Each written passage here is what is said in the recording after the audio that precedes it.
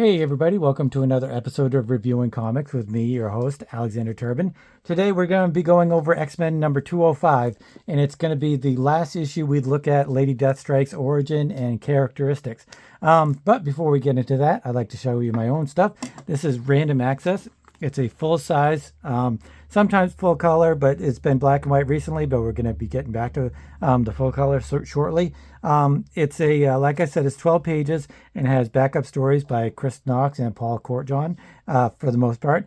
You can get these at patreon.com/Alex Turbin, or you can go to my website alexanderturbin.com, or you could just message me at alexturbin04401 at Instagram, or you could contact me through my email, alexturbin04401 at yahoo.com. At my website, you can get more than just the Random Access. You can get Forlorn, Cyrene the Cleric, Mutandis, all kinds of different stuff that I've done over my drawing career. And I very much appreciate the support that you guys show. So this is X-Men 205. It's shortly after I started reading the X-Men that this came out. I started at 199, so it's only 6 issues in that I start reading the X-Men. And it is one of my favorite, if not my favorite, X-Men comic book of all time. It's got some fantastic art by Barry Windsor Smith. It's from 1986, which is a good 5 years before Weapon X. Barry Windsor Smith does Weapon X, which is probably his seminal work. It's really probably one of the things that he's greatest known for, other than Conan, I guess. He's got a lot of things that he's really greatly known for. But Weapon X is truly one of the shining points of his career, I think. I think that this was probably a precursor to Weapon X, and I think he probably just he had a story to tell, and he told it that way. So this is X-Men 205, as I said, and it's written, actually story-wise, it's written or scripted by Chris Claremont, and story by Barry Windsor Smith, and all of the art, including the coloring, is done by BWS. I believe the lettering is done by Tom Orchinskowski. Yep, Tom Orchinskowski, and I'm horribly sorry that I mispronounced his name. He deserves better, because he's probably one of my, if not my favorite letterers. It's hard to have a favorite letterer because, well, it's not really hard, but it's hard to show a style, and you can definitely see his style in his lettering, and it's definitely some of my favorite. So let's get into the story, and then we'll talk about the Barry Windsor Smith art and the writing and all that kind of stuff. So we have the Body Shop, and it's Lady Deathstrike. Let's rehash what Lady Deathstrike started out as. She started out in Daredevil 197 and went through 199, where she was in Japan, and Daredevil went over to Japan, and they fought Bullseye. Actually, they didn't even fight Bullseye. They fought her father, who was the inventor or invented adamantium, or the process of bonding adamantium. But it doesn't really say in those issues that he does that. It's just kind of, this is a newish thing that came out in the last 2 issues of Alpha Flight.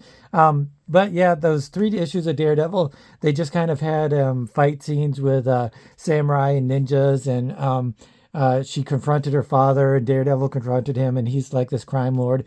And by the end, it's pretty much known that she becomes the new crime lord of the Yoshida family.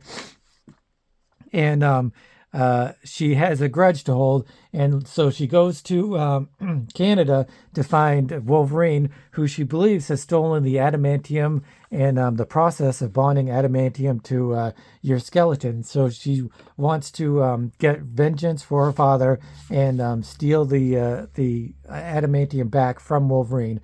And those 2 issues pretty much are her newest costume. But then in this one, she's not happy with how it ended with Wolverine, so she has to augment herself to try to fight him again. And she meets up with the Reavers at some point, and I think this is actually the first appearance of the Reavers, and which are cyborgs made by Donald. I can't remember his name. He's the White King from the Hellfire Club.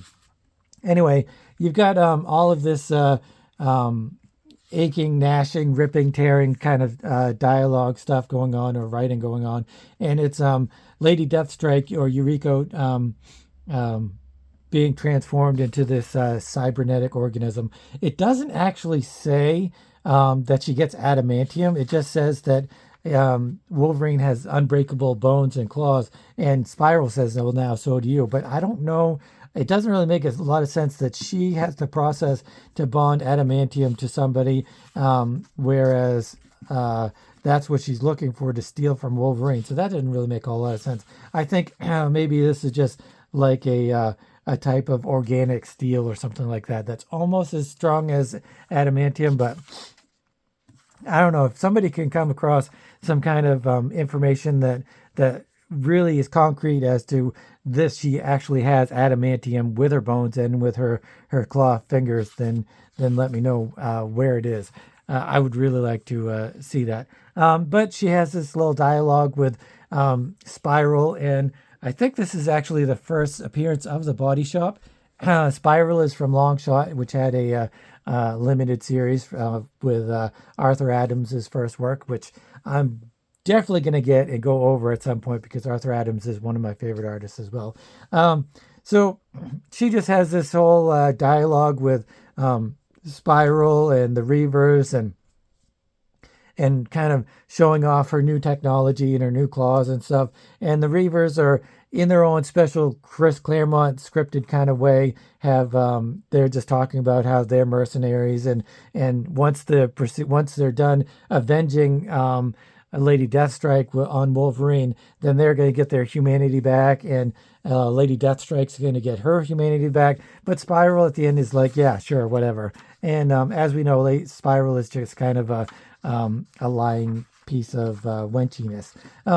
So then it kind of skips forward to her having fought Wolverine, and it actually starts with her talking about how they already beat him up. They already cut him up real bad, and it must have been an explosion or some gunfire or because he says at some point, I don't envy the things that Wolverine had done to him by Lady Deathstrike. So it starts off with him already being beaten by the Lady Deathstrike, and it's a winter day in New York City, and you have an appearance by Power Pack, or one of the characters of Power Pack. Energizer, I believe her name is. I don't really have any issues of Power Pack. I never read any issues of Power Pack. The only thing I have is a Thanksgiving issue, which I'm actually going to do on Thanksgiving. I'm going to review on Thanksgiving, and I'm really kind of looking forward to that, because that's one of my guilty pleasures is that issue. So it's Energizer. In the books of what I have read, they're all trying, these kids, and they got these superpowers from aliens, and they're always trying to prove their adultness to each other, or their maturity to each other and to the parents and all that stuff. So they're always getting into trouble and whatnot. So it's really Energizer. She's at a Christmas pageant. There's a choir, and she wants to get back to it, but she had to go pee, and she uses her powers to kind of because she disintegrates things in order to charge up her powers. So she disintegrates the water and kind of makes it steam up and get her hands all dry and stuff. But then as they're leaving the wherever they're going, went to the bathroom, and they're going back out to go to the choir and stuff, they get kind of shot up. Here's the funny thing I hadn't really noticed before is the lady that is the caretaker of Energizer. They walk through the door, and she says the snow hurts. I think, and then she gets kind of she goes, ow. I think she gets hit by one of the Reavers, and that she got shot here, and then shot maybe like a graze or something, and then she really got shot here. And I kind of think that she's dead. So that's a kind of unusual thing. If anybody has any issues of Power Pack, please let me know. She's Mrs. Randolph. I think she's a babysitter or something. If she's in Power Pack, please somebody let me know. And if she is in later issues or if she's not in any issues, but this woman's dead as far as I know. She's killed by the Reavers. So then, Power Energizer. I think that still think that's her name. I'm not sure. She kind of just wanders off into the snow, and she comes across Wolverine, who's a crazy, wild madman. And it's one of the great poses in comic books. It's really, really hard to have a surprise in comic books. You don't have motion, you don't have sound, you don't. That's why having a jump scare is impossible in comics. But you can have surprises when you turn the page and you see something really big and momentous happening. And this is really encapsulates some of the greatness of Barry Windsor Smith and the art form of comic books being used in its optimal way. Really, truly is. It's really cluttered. There's lots of snow. The figures are kind of hard to see. The inking is a little scratchy everywhere. It's a blizzard. It's a snowstorm, and you feel it with every ounce of your bones. You feel this blizzard, and it makes Wolverine in the storyline, which is very simple storyline. It's Lady Deathstrike trying to get her revenge and trying to steal the adamantium from Wolverine. And it's a very simple story of a fight scene. It's really just one big fight scene. But because it's done so artfully well, and some of the things that Barry Windsor Smith and Chris Claremont do, it really makes it into a much more eventful book than really it kind of should be.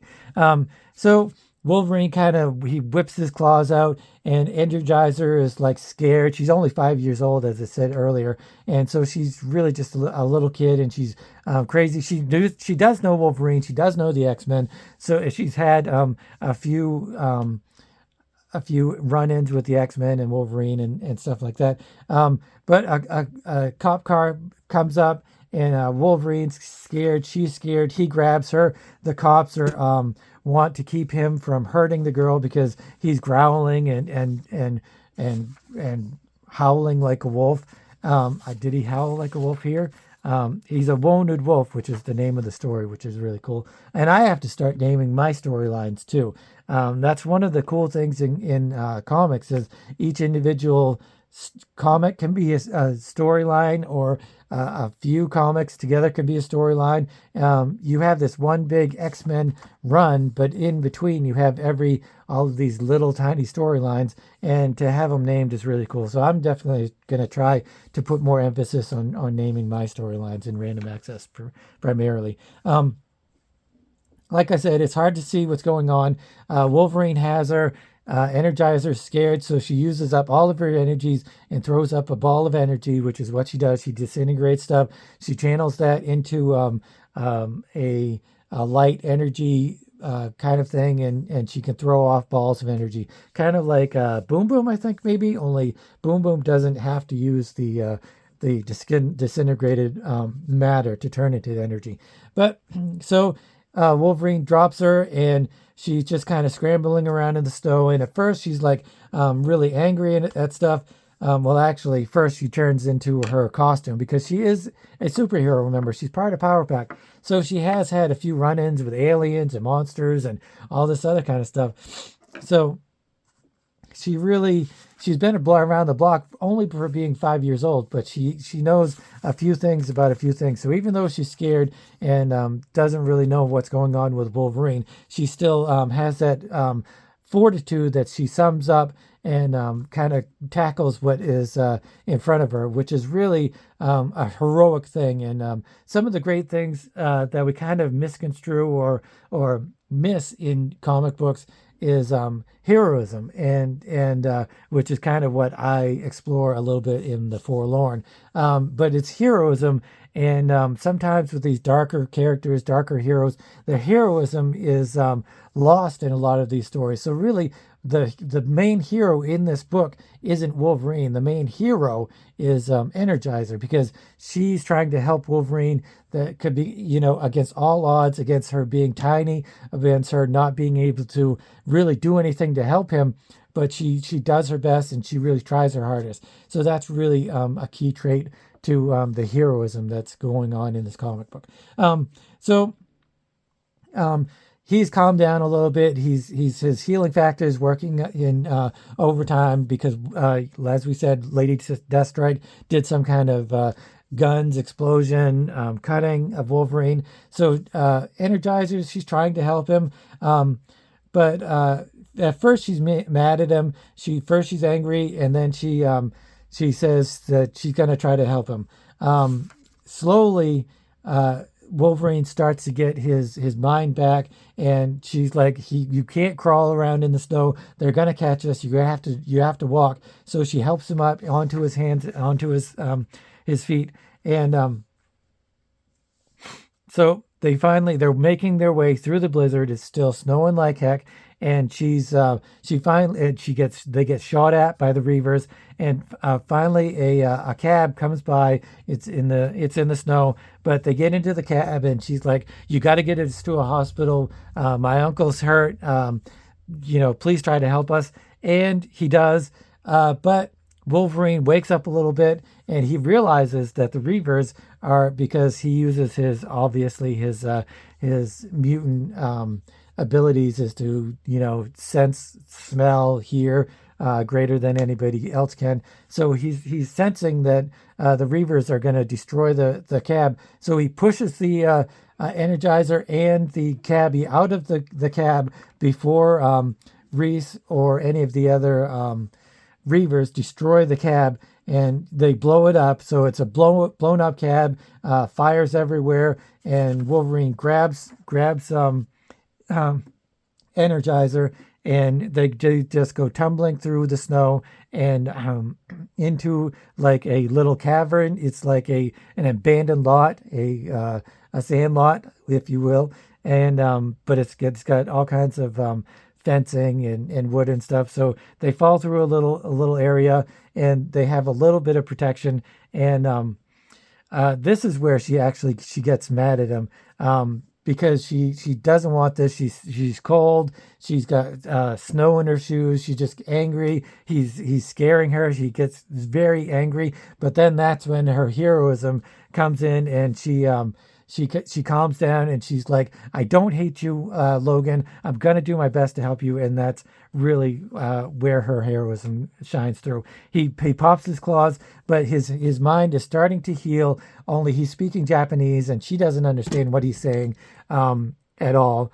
And so she's just kind of trying to keep it together, trying to keep him together. And she zips out of her costume, because I guess they can just say costume on, costume off, and their costumes just come and go. And she uses whatever blanket or thing that is that she was going to be at the choir for, and she kind of covers Wolverine up with it, and that's giving him a little bit of time to heal, and he finally can talk to her in English and kind of convey some of the things that he's thinking and doing. And he says that we have to run, and because they're going to catch us, because they're still hunting him and them. And so they kind of meander through the city looking for a place to hide. And he finally gets her into a safe spot, and he's like, "You're going to have to trust me. You're going to have to sit here and do what I say, and just stay here and be really brave for me." And she is, and he takes off, and one by one, the Reavers who are hunting Wolverine, they become the hunted, obviously, because Wolverine is the best at what he does, and what he does isn't very pretty, and it's killing, and it's attacking, and the rest of the issue is pretty much just a fight scene.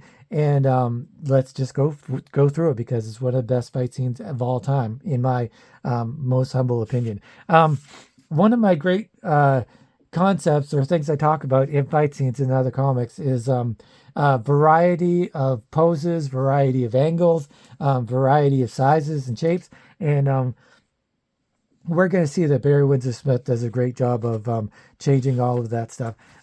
So Wolverine, like he said, he goes through the most of the Reavers, and he just kind of comes up to Reese, who's the last Reaver, and Reese gives him a shot to the chest, but it's Wolverine, and just like back in issue 142, where the Hellfire Club was going to shoot him. He says, "Are you fast enough?" And Reese thinks he is, but he's not.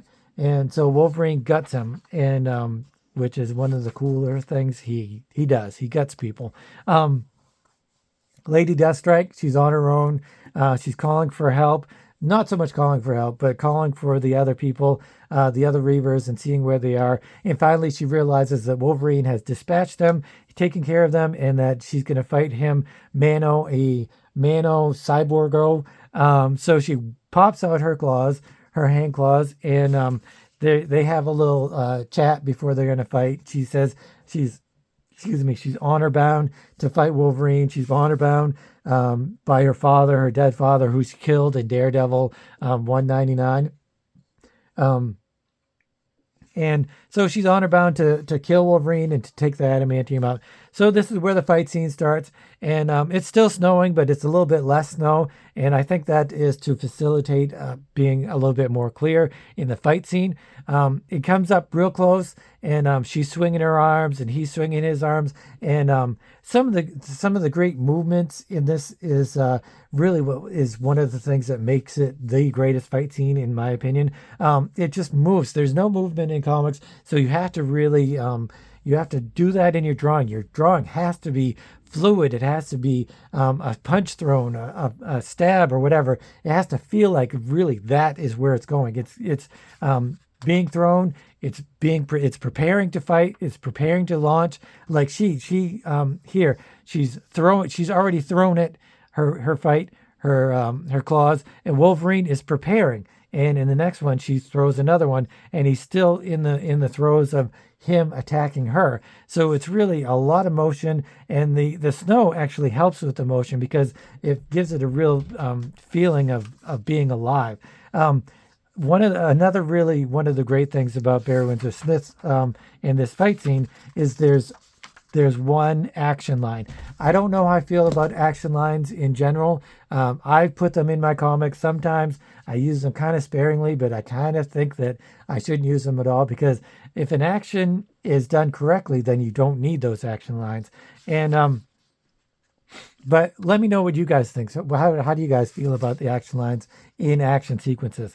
So he's given her, his claws, she's given her claws, and it's just going back and forth, and there's no dodging or parrying. It's just a lot of hacking and slashing. And like I said, one of the really key components to a really good fight scene is changing it up. It's not talking heads. It's not just two people left and right fighting each other. It's not a video game, a side-scrolling video game. It's straight, forward, back. It's big or small. I mean, you have these figures, and then you have a big face scene, and then you have figures, and you have smaller figures, you have bigger figures, and then bigger figures, and then another big face scene. So it's really a lot of dynamic stuff going on.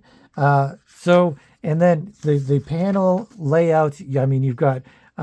You've only have 4 panels here. You've only have 4 panels here, which is, I think, in a fight scene, you really need less panels because you really need to be able to show that depth and dynamism, I guess. So then you've got these 3 panels. Well, Wolverine has finally defeated her. So the fight is actually only 3 pages long. 4 pages long. It's only 3 pages long, but it feels so much longer because just of how it's done and how it's conveyed. And then you have them talking about it's a waste of time. She's wasting her time trying to get the adamantium, and she's being foolish, following her father's dream. And she's like, I don't care. This ends either with me killing you or you killing me. And please, since I can't kill you, please kill me. And Wolverine says that he's grown, he's become a bigger man. He's not the animal that she turned him into, and he kind of regrets that he turned into the animal. And really, that's a huge thing in Wolverine's character is he ferocious? Is he a person? Is he a samurai? Is he a wolf? Is he a creature made up only of base desires? And really, he struggles with that, and it's a great thing to experience with him reading all of these X-Men issues. So then he goes back to Energizer, and he's thankful because all he wanted her to do was sit there and close her eyes and not see some of the horrendous things that he was going to do to the Reavers and Lady Deathstrike. And she did it, and she's still kind of scared of him. But this is a friendship that is bonding and kind of growing. And like he did with Kitty Pryde and like he did with Jubilee, he kind of bonds with these younger people because it kind of is a dichotomy of between him being an older, aggressive fighter and a younger, more innocent person, kind of like Batman and Robin. So, like I said, I was going to go over the art and the writing, but I've pretty much already done that. I mean, what can you say about Barry Windsor Smith? I love to say the story about how I was going to get one X-Men 198, which is part of second part of Life Death, I think. But I saw it on the racks and I was like disgusted. I did not think it was good art at all. I was really thought it was horrible. And then 7 issues later, I'm reading this, I'm looking at this, and I'm like, this is friggin' fantastic. So I completely did a 360 or 180 or whatever. I like that story because it shows that you can grow as a reader and as an artist, as somebody appreciates art and the way things are done. Because I didn't really understand it. So much of comic books is in creating and in reading is being able to see what the artist is actually telling you. And if you can't see at that time, then you shouldn't just give up.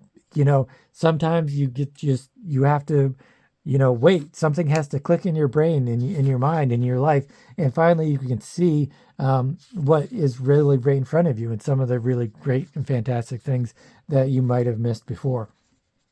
So one of the great things is the color. I mean, we could go through this issue over and over again and just gush about some of the really fantastic things. I mean, the line work, the inking, the hatching is completely different than any other kind of cross hatching or hatching done in any kind of medium. I think it's got such an organic and raw feeling to it, and he's not afraid to just kind of go crazy. One of the things he also does, he breaks the panel borders with his figures in some of some of these cases, and he's not afraid to do that. And just his panel configuration is like when there's lots of storyline going up, he has lots of panels, and none of them, it's perfect narrative art. None of them ever you have to go back and reread or anything. Like I said, he does a great job in showing a surprise or something like that. And yeah, so it's just amazing. And then you add in the fact that there's so much snow and all of that going on. It's a miracle how wonderful this book is and how great his art is. But I think we all can agree on that. Yeah, so Barry Windsor Smith, one of the greatest artists of all time. I would like to get a artist edition of his work, most primarily this. I would really like to see that. But if there is one out there, I'm not entirely sure there is. I really want to get some artist editions. I don't have any. I'm not going to rate this. I always say that, and then I do. So I'm going to give this a 10. This is a 10 out of 10 comic book. For me, the writing is fantastic. Everybody has, just like all of Claremont's writing, they all kind of talk the same in that they have Claremont-isms. They all kind of have these I don't know, colloquialisms or whatever, where they're each kind of have their own certain way of talking, but it's also kind of the same. But it's fantastic and it's entertaining. That's the greatest part about his writing is that it's entertaining, and they do all have different characteristics and dialogue and stuff like that. And it's not only through the dialogue, but it's also through their actions and their motions. So I'm going to give this a 10 out of 10. Like I said, it's one of my favorite comics of all time. And if anybody hasn't read it and you're thinking about it, you're a fan of the X-Men, then this is a fantastic read. So yeah, 10 out of 10, X-Men 205. This is the last issue. We're going to be looking at Lady Deathstrike. She does go on to other X-Men issues like that. The X-Men issue 232, I think, where Wolverine is in the outback and the Reavers and her attack him again. But we already went through that, and there's a couple other issues. But basically, she's one trick pony. All she wants to do is fight Wolverine, and she has no other motivations or anything like that. So we're done with Lady Deathstrike, but I've got some other thoughts on to what I'm going to go on to next, what I'm going to look at next, and hopefully you'll appreciate it. Speaking of hopefully you appreciate it, if you like this kind of content, please consider subscribing and hitting the notification bell and giving me a thumbs up. And if you love the X-Men, give a thumbs up too. But thanks for watching, and I will see you next week, and keep on creating.